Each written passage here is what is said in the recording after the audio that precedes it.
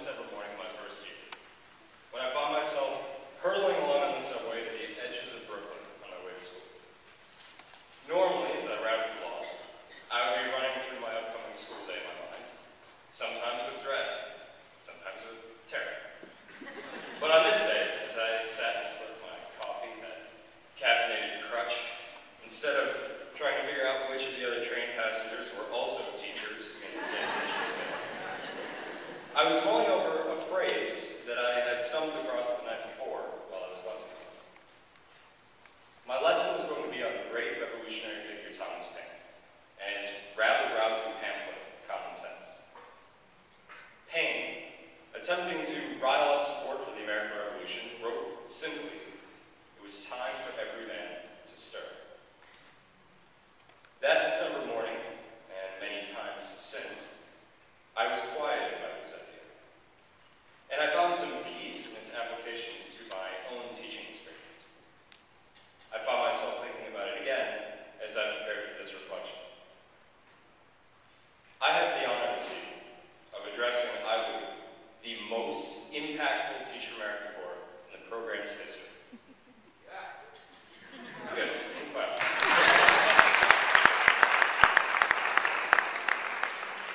Our influence, of course, is shaped in part by our footprint. We have more Corps members than any other region and at any other time. And while we have worked hard to make our own individual impacts, we have benefited from TFA's institutional memory, now 20 years old. We have served at a time of incredible and historic significance, witnessing the effects on our school communities of such momentous events as this great economic recession, the devastating earthquake in Haiti, and, of course, the election of our nation's first Black president. Tonight, we pass through our Corps member years into the Teach for America Alumni Circle, and we prepare to add our own personalities and experiences to that institutional memory. It is fitting at this time that we should pause for a moment and reflect on our accomplishments, our lessons learned, and, if we may be arrogant, our legacy. Whatever I have accomplished, I owe to that modest rationale expressed by Paine. I strived, I worked, I stirred, because it was time to. David Nieves came to me last year, for one example. As a student, I knew only as a troublemaker. A student who was unreliable in every way, except that he was determined to steer a lesson off course. He had created an antagonistic relationship with almost all of his teachers, and even irritated some of his peers with his misbehavior. But as we discussed his grades after school one day, he asked me, on the verge of tears, to help him build up his confidence. I had to act. I needed to be his ally because if I wasn't, who would be? Similarly, I think of Marquez, who failed my class every marking period last year. He returned from summer break a new and mature young man who actively sought out opportunities to succeed, even achieving the all-important status of Scholar of the Month. Within my pride rested the knowledge that I had to rise to his challenge and restructure my lesson plan, his long-term plan, for him, for his whole class. And we all know that feeling. The flash, when you realize that something has changed and you have to adapt immediately. The moment as it passes, when you would have panicked had you had the time or the luxury to do so. And then the comfort of your own resolve, tempered, reinforced over many months from our first days of institute and induction through the daily chaos that can be our wonderful lives, reminding you, as well as your students, that we will together rise to meet whatever challenges await. And it is a glorious thing when the students that called upon you to stir find their own successes. Of course, not every challenge ends with complete success. Long will I think of Jay, an extraordinarily troubled but not out of reach student in my 8th grade last year. In him, I had the opportunity to be that superhero teacher you see in movies, the one who single-handedly redeems a wayward soul and lights the fire of ambition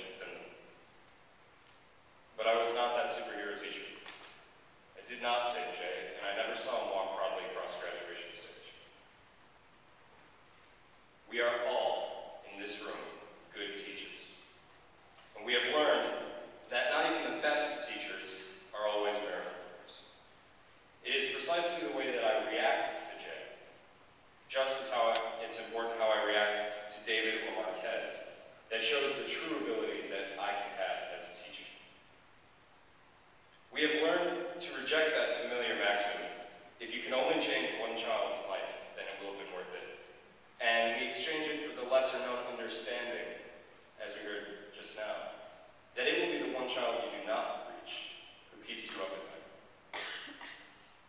Still, we should remember that we have been overwhelmingly successful in our teaching, and we should dwell on our setbacks only long enough to learn from them.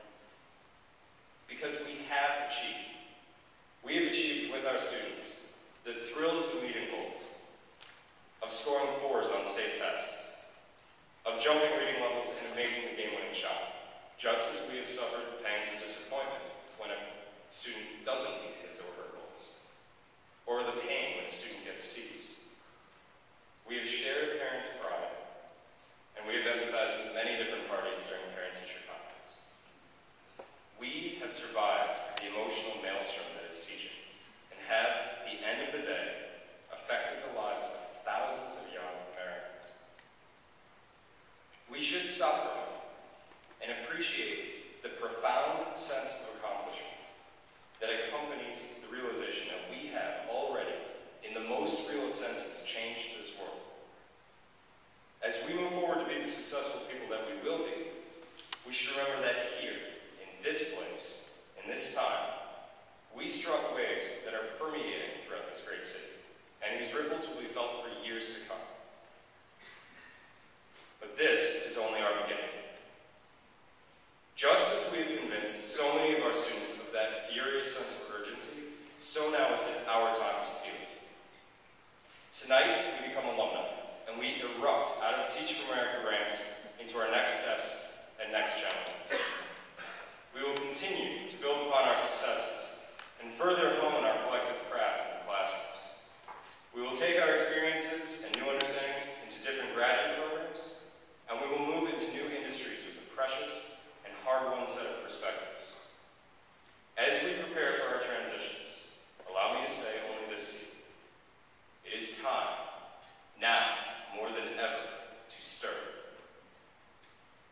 As teachers, we will take the skills and the lessons that we have learned into whatever challenges await, and we will emerge as leaders in whatever fields we choose to pursue. We will set our goals, and we will meet them. As core members who served in New York City,